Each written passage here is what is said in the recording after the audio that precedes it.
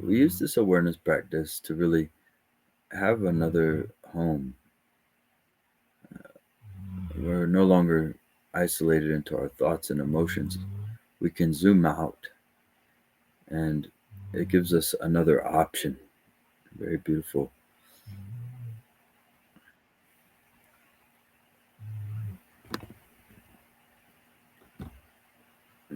Yeshe saying.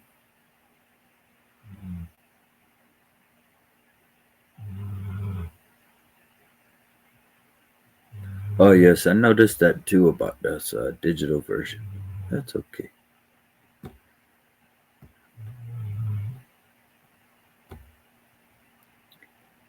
All right, everybody. Yeah, so this is Trengu Rinpoche's commentary on the third Karmapa, Rangjung Dorje text on the 8 aspects of consciousness.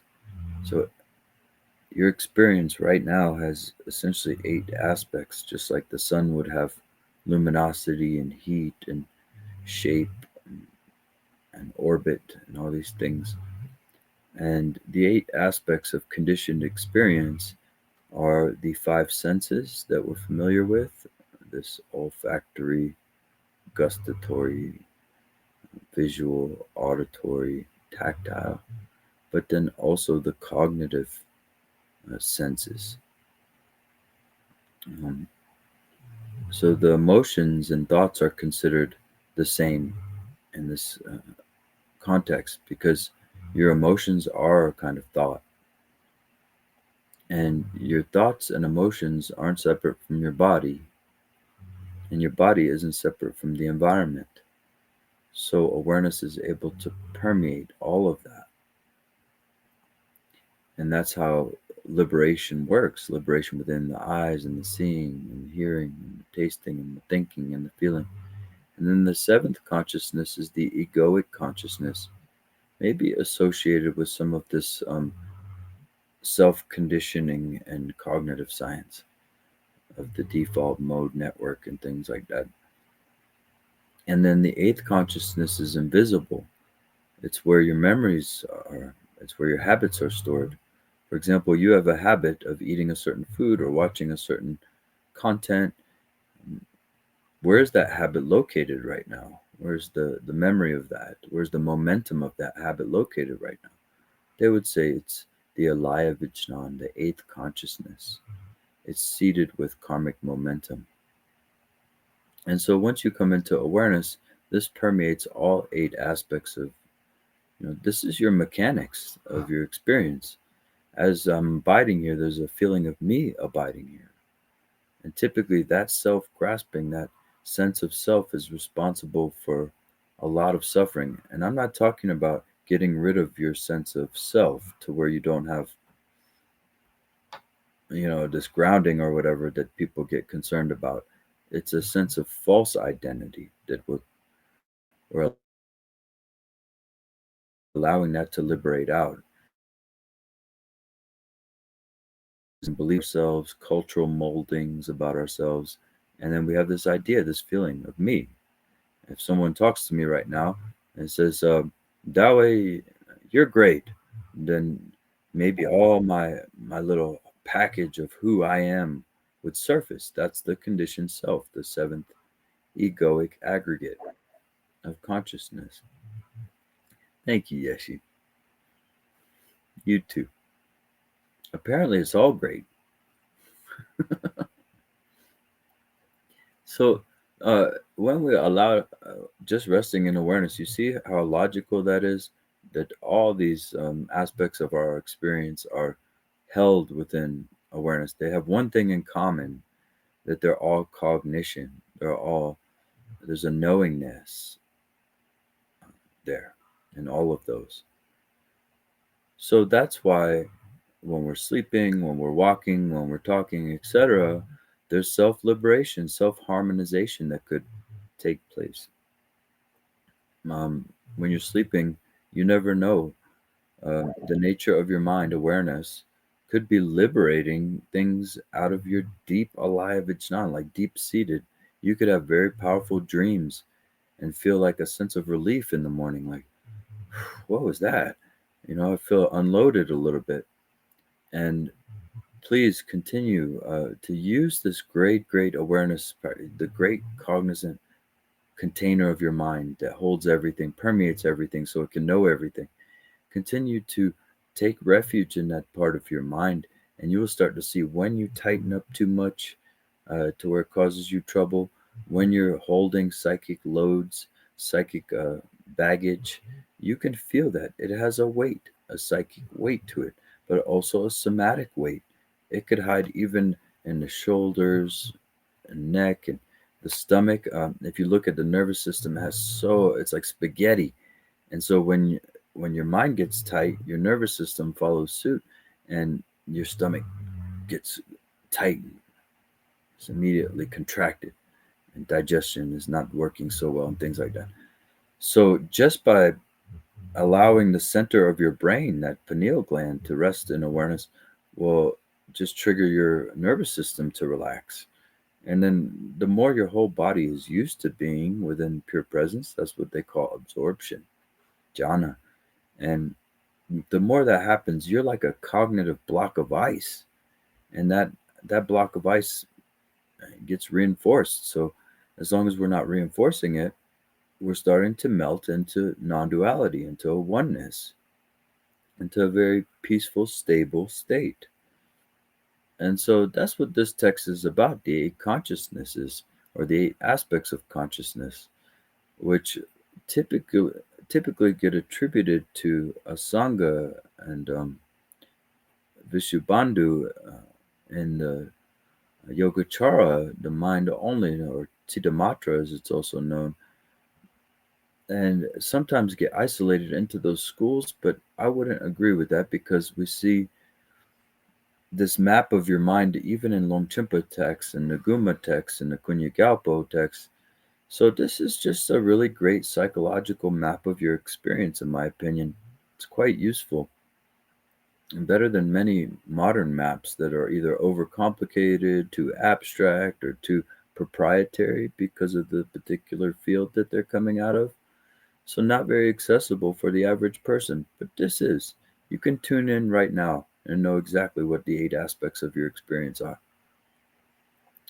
So those get attributed to the Abhidhamma uh, exposition, or discourse, or elaborations by the two brothers, Sangha and Vasubandhu, very early, okay, 300s, 400s.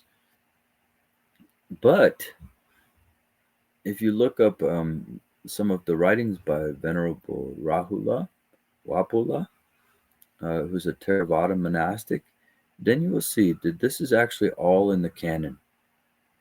That means it's in all the Buddhist canons and other traditions as well. It's there. It's kind of like a universal map of the mind that you can't really argue with. It's like, if you take a walk through the forest and there's a trail and you make a map of that trail, that's all it is. It's not a belief system. Um, but believe it or not, the eight consciousnesses have turned into a belief system in many sects of Buddhism. Interesting. Uh, no, this is a contemporary. Oza. He passed maybe in the 90s, 2000s. He's a contemporary monastic. But he has a really great, I don't know if anybody can find that. If you can look up that name and the eight consciousnesses, you can find a little website where he has like two paragraphs just breaking down manas, citta, manos, vijnan, all the different words.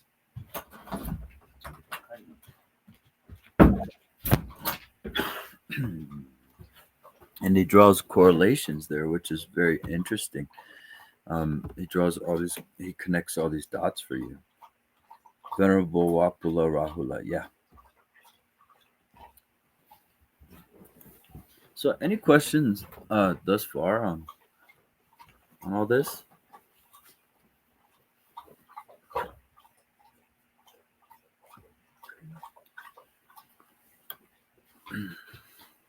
Okay, and then the seventh consciousness, manas vijnan, as it's known. Um, there's not a lot out there on it, but I feel like it can be very useful to just sort of break it down like that. Um, but you could still probably find some good stuff, and hopefully this. Let's see if this text gets into it. Okay. All right. So it says the four conditions for perception to occur. There are four conditions necessary for perception of an external object to result in a disturbing emotion. The first condition, called causal condition, is the condition where the ground, eighth consciousness, and the afflicted, seventh consciousness, have to be present. All right, so the ground, the eighth consciousness, is open awareness, but it's seated. So alaya vijnan when it's seated, kuntazampo when it's unseated. All right, so the basis can be either have a whirlpool in it or not. you know, say there's a great vast ocean, beautiful, pristine water. That's the eighth consciousness. Then you start stirring a whirlpool. That's the seventh consciousness. And you feel like you're separate. And that's the first stage of the pratitsamutpada, the 12 links of dependent origination. So you're stirring and creating a sense of separability within oneness, creating that seventh consciousness. And then within that, there's reflections, right? Within your own layers of stirring. And that's the sixth. You start to have thoughts about your own reflections. You see, feelings about them. That's where the fabrications, the names, the being, the becoming, all that starts. And then next thing you know, that whirlpool is tightening. And you can keep on going all you want. Eventually, you're going to dissolve and go back to the ocean. That's why everything is a teaching. Even if you're on the street doing hard drugs, you're just in here. Eventually, it's got to stop. The momentum's got to stop. So you die, your body dies, something, the momentum starts to ease up. But you still have a lot of mind momentum for the which could create another life. Okay. So anyway, what it's saying here by the eighth and the seventh having to be present, it's suggesting that you need to start stirring that whirlpool for conditioned reality. So that's essentially um, the first two noble truths right there as well. So that's those two have to be present, and that's called the primary condition, and that's the condition where the actual sensory faculty and its consciousness of the eye, ear, nose, tongue, or the body must be present.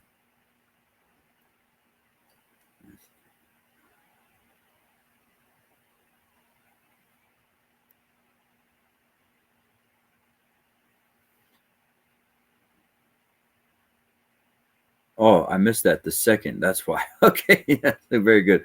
The second condition, yeah, all right. The second condition called the primary condition. All right, so we have the causal condition and the primary condition. That's when you have to have your senses and the body. So, senses in the body, uh, proprioceptive, in case you want a new word, and vestibular, and proprioceptive, movement and body awareness. Vestibular is movement, and proprioceptive is body awareness. So those are kind of with olfactory and gustatory and visual, kind of more technical terms for the senses. Okay, so now we have two conditions. Very good for perception to occur. The third condition, called the objective condition, is the condition that the external sensory object, such as a sight or sound or smell, must be present. All right. So let's make sense of this. If you could just leave it, Yeshe, go back up. The first condition, the causal condition, means that now you have a seventh consciousness, an ego that can grab stuff and hear stuff and smell stuff. And so the first condition is essentially your ego gets set up. The second condition is how does your ego interact with itself within that whirlpool? It has to create sight, ears, etc., sound, etc. And then it has to have the third condition, it has to have something, an objective condition. The second condition is primary because it's like the bridge, right? Would be my guess anyway.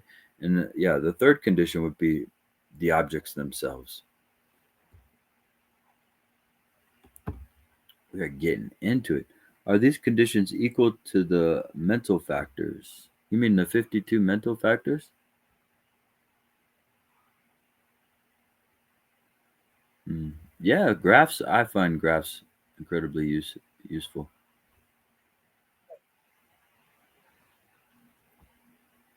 No, mental factors come about in the sixth consciousness.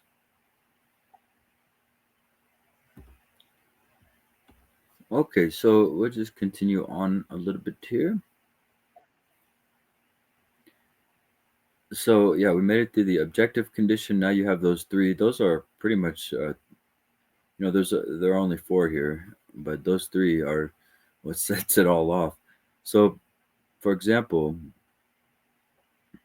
must be present. Without the sensory object, the sensory consciousness cannot arise. For example, the ear consciousness will arise because of a sound, and a nose consciousness will arise because of a smell, and so on. So, for these five sensory consciousnesses to arise, there has to be an object that can be perceived by the sensory faculty. The fourth condition, called the immediate condition, is the condition of the continuum of the mind. Since the mind is a succession of individual instants, there's a thought of one instant, then there's another thought the next instant.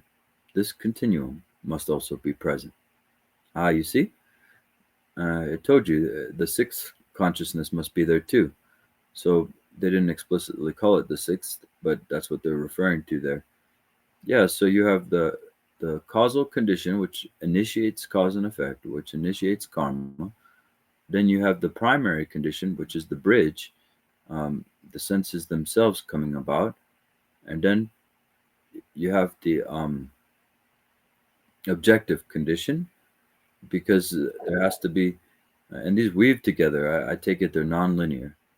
There has to be objects, so you start to, if you see the 12 links of dependent origination, you're creating those objects. You're making stories about these objects so that you can like them or dislike them or be neutral about them, which is the fourth condition. Your thoughts, your engagement with them, etc. Mhm. So that's the best I can sort of plug all that in. I'm sure more revelation always comes.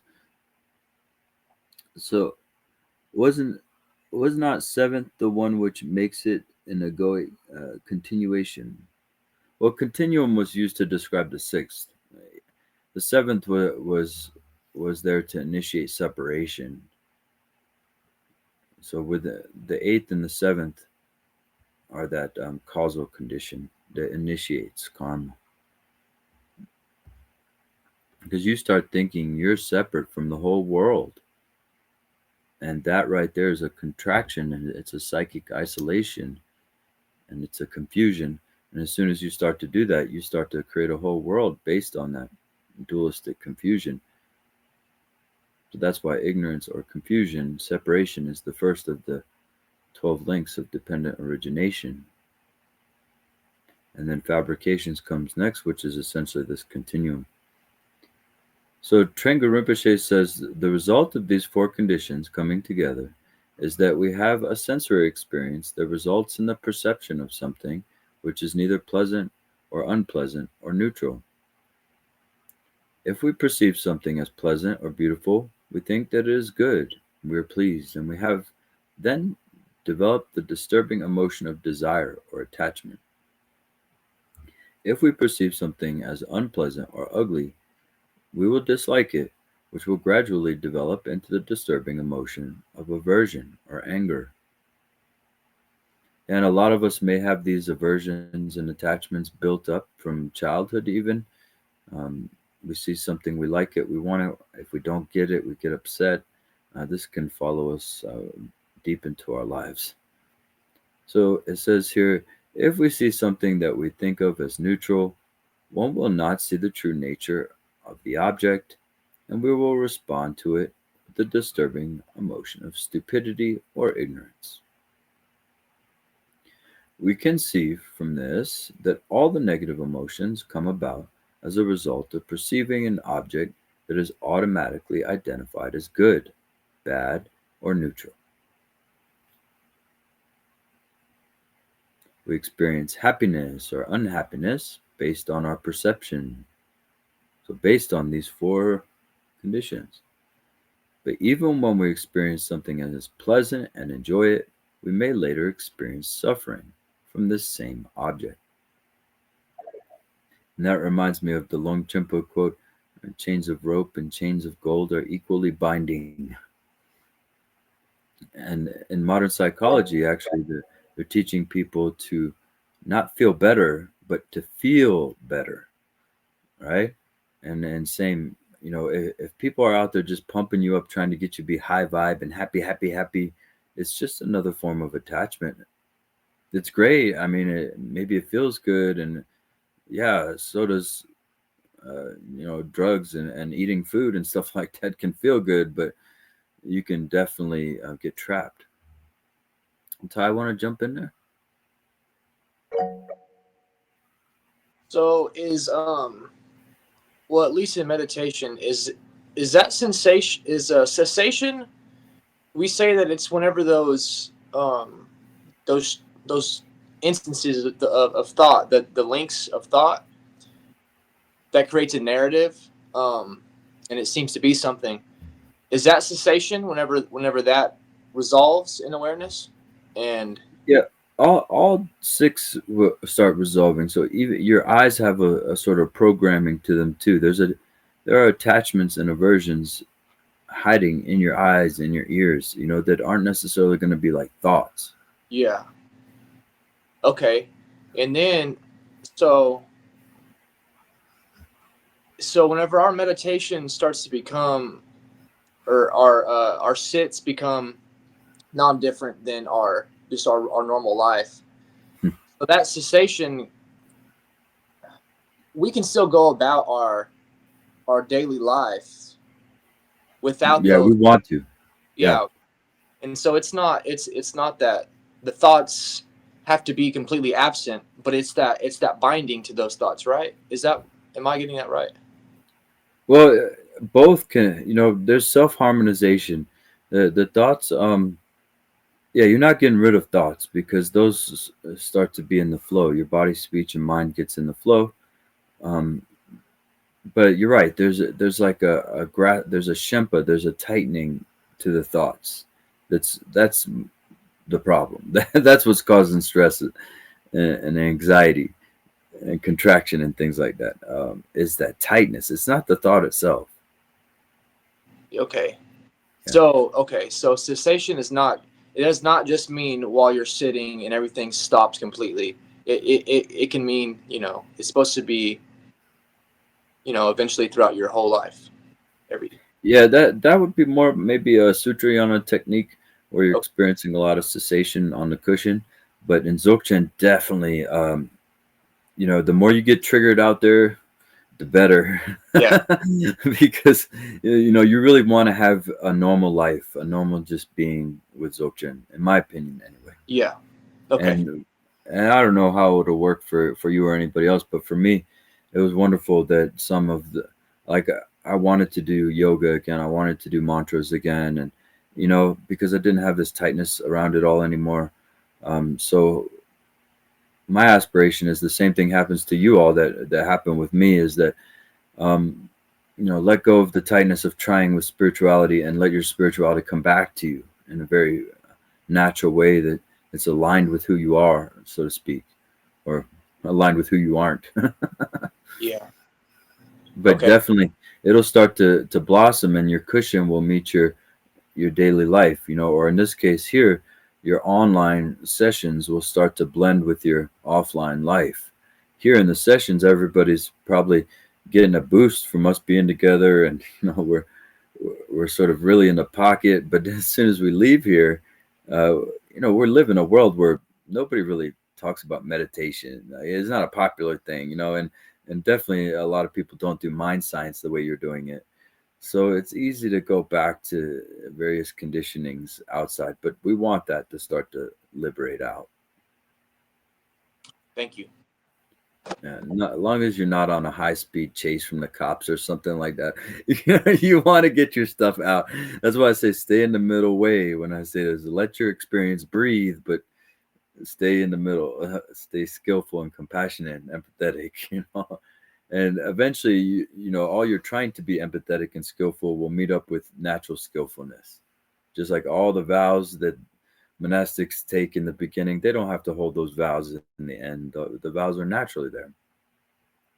And by the way, if you ever, one thing we have advantage of it with this technology now, if you ever want to test your mind, how it attaches to things and how this tightening works, next time you're scrolling, just and you can't really help this. You awareness holders are noticing this already, but notice the things that stop your scrolling, that stop your thumb from scrolling. Those are the things your mind is attracted to, that capture you. For you don't need to make a story out of it, but that very thing, when you're scrolling on the phone through all those little whatever on social media, that's the same thing that's happening when you go outside and you go to the store.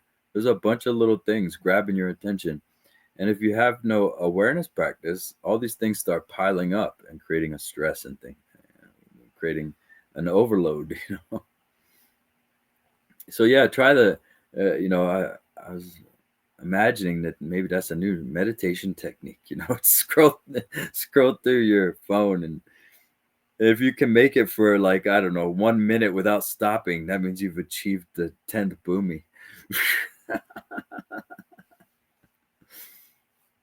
All right, so a little bit more here. Thank you so much for the inquiries. Very good.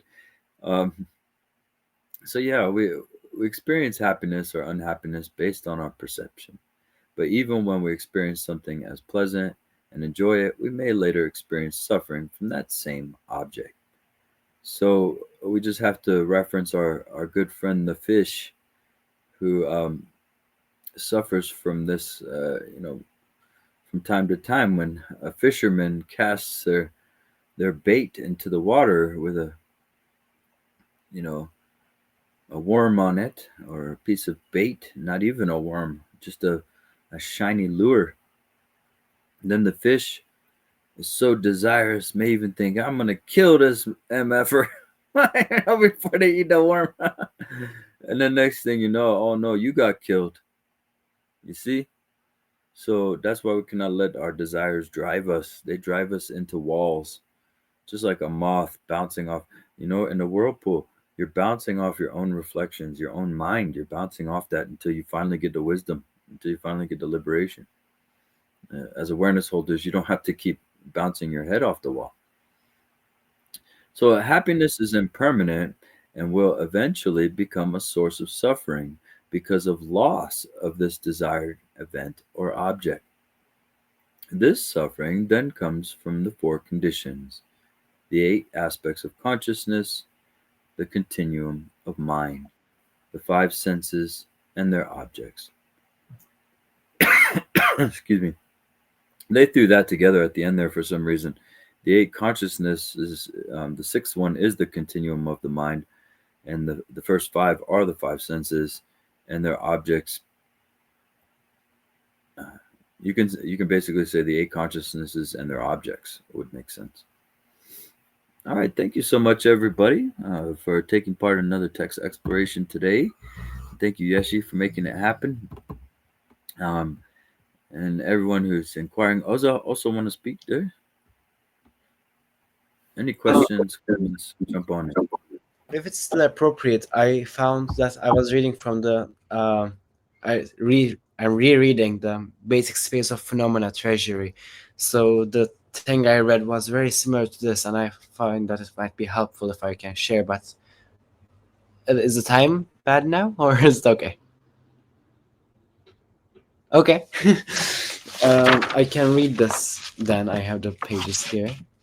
It says in the it's the 11th section. It says when something unwanted falls into your lap, you have a negative reaction such as anger, dislike, envy, upset, irritation, anxiety, depression, mental anguish, or fear of death and rebirth. When such reactions arise as a display of the dynamic energy, identify them as such. Do not renounce them, indulge in them, refine them away, transform them, look at them, or even meditate on them. Rather, rest spontaneously in a single, naturally settled state of evenness, free of the proliferation and resolution of conceptual frameworks. Mind as a pure expanse of space in which things vanish naturally and leave no trace, arises within the intensity from within, pristinely lucid, within unconstrained awareness which neither is nor is not. Sensey appearances are not fixated on anything, but rather are encountered directly. This brings about a natural rest in the state that cannot be reified as anything, and suppression and indulgence, which are not anything that can be freed in any way, fade without leaving a trace. Any experience without fixation wells up from within. This itself, just as it is a timelessly spacious expanse of the enlightened intent. I found that was very relevant and very awesome. Yeah, I kind of felt Dzogchen solution to all that, uh, what we're reading now. Hmm. Yes, definitely. It's these texts. They go back to even like pretty much referencing many sutras and the tantras, even ones that aren't directly of Dzogchen. I think they all. By the way, if you want to sort of keep a tradition, always respect the text, be gentle with the pages, and put the text on. Don't step over them, and don't write on the pages and things like that. Okay. Oh yes, yes. I am not anymore.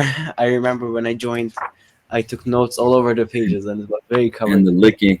Oh my goodness, licking and then touching the pages. Anyway, it's a mind training. I know ultimately it doesn't matter, but it's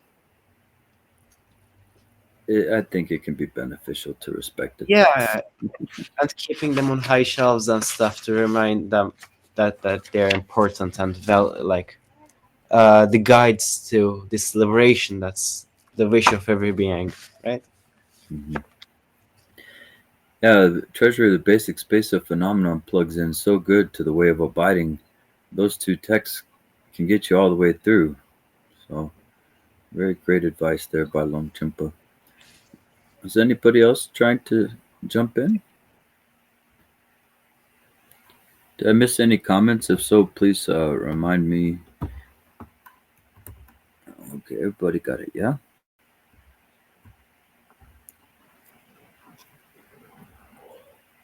Yeah, I'm so happy that we're actually unpacking this text. It's been a while. And there's a little tiny green book, Trango Rinpoche, Eight Consciousness and the Five Wisdoms, I think it's called. Might be a different text than this one, or a different edition at the least. But it came to me in the most auspicious way in India. I was at the time fully ordained and studying with the High Lamas and things like that. And I went into this restaurant and I see this little Dharma book being used. There's a cup on top of it, and I was like, as a monk and me being a little bit strict.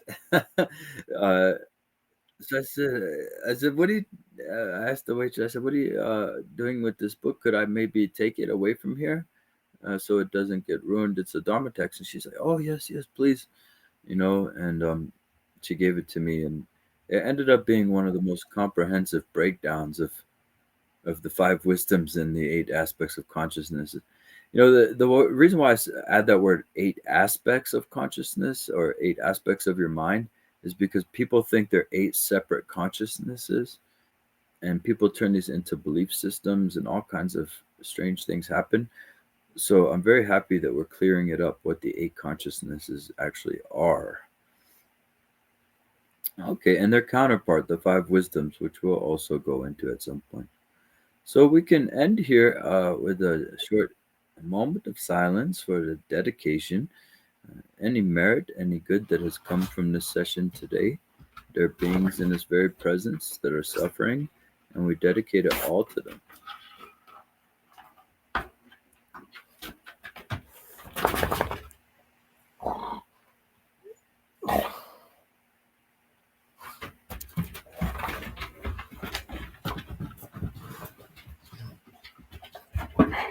Deep bow to you, everybody. Have a beautiful day. Take care out there.